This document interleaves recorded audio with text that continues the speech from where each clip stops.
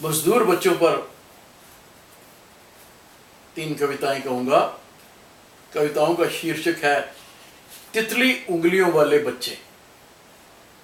पहली है, 3 स्याले पहले उस औरत ने बित्ता भर छत और मुट्ठी भर भात के लिए तितली के 10 पंख गिरवी रखे थे।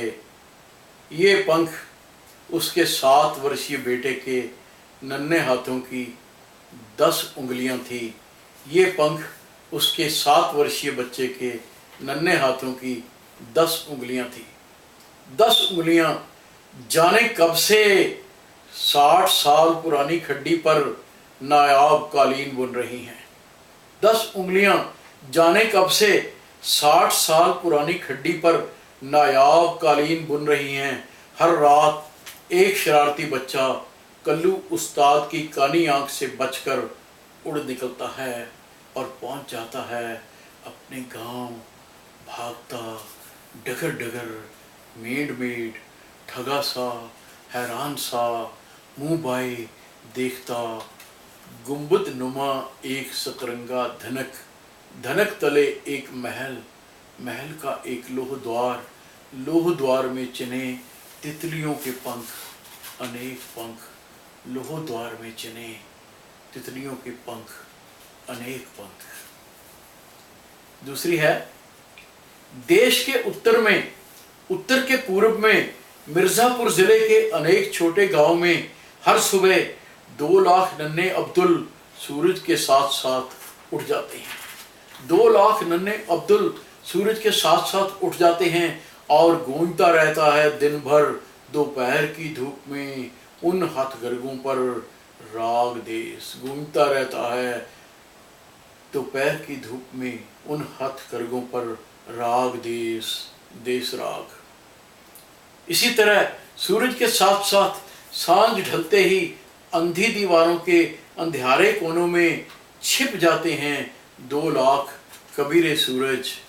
7 बजे से 7 बजे तक कल्लू उस्ताद, जो खुद कभी कालीन बुनता था, बच्चों पर निगरानी रखता है, आंख में घिरते अंधेपन से बेबस। जब कभी नन्हा अब्दुल कागज पर बना डिजाइन कालीन पर उतारते हुए गलत गांठ बुनता है, काना कल्लू उसे बांस की छड़ी से धुनता है।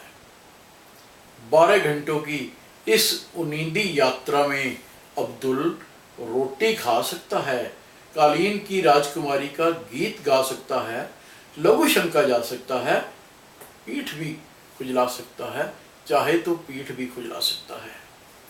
कल सुबह कालीनों की नई खेप विदेश जाएगी। अंतिम पंक्तियां हैं इस कविता की कि कल सुबह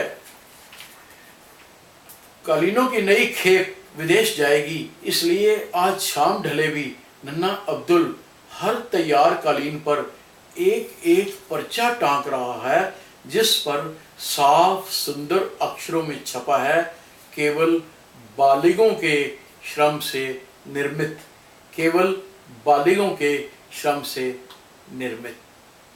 और अंतिम कविता है तितली उंगलियों वाले बच्चे 3। आधे अंधेरे आधे उजाले में एक छोटा बच्चा अपनी तितली उंगलियों से हथकरघे पर कालीन बुन रहा था। आधे अंधेरे आधे उजाले में एक नन्हा बच्चा तितली उंगलियों से हथकरघे पर कालीन बुन रहा था। एक दिन एक आदमी मिर्जापुर जिला के उस गांव गया जहां नन्हा दिलीप अनेक अधनंगे बच्चों संग एक विशाल कालीन को किसी जाल की मानद बुन रहा था। जहां एक नन्हा दिलीप अनेक अधनंगे बच्चों संग एक विशाल कालीन को किसी जाल की मानद बुन रहा था, उस आदमी ने बच्चे से पूछा, क्या तुम जानते हो मित्र देश की राजकुमारी ने तुम्हारे वाला कालीन 23 लाख में खरीद लिया है। क्या तुम जानते हो मित्र देश की राजकुमारी ने तुम्हारे वाला कालीन 23 लाख में खरीद लिया है। बच्चे ने पलकें झपकाई और भोलेपन से पूछा, 23 लाख कितने हुए बाबूजी? 23 लाख कितने हुए बाबूजी?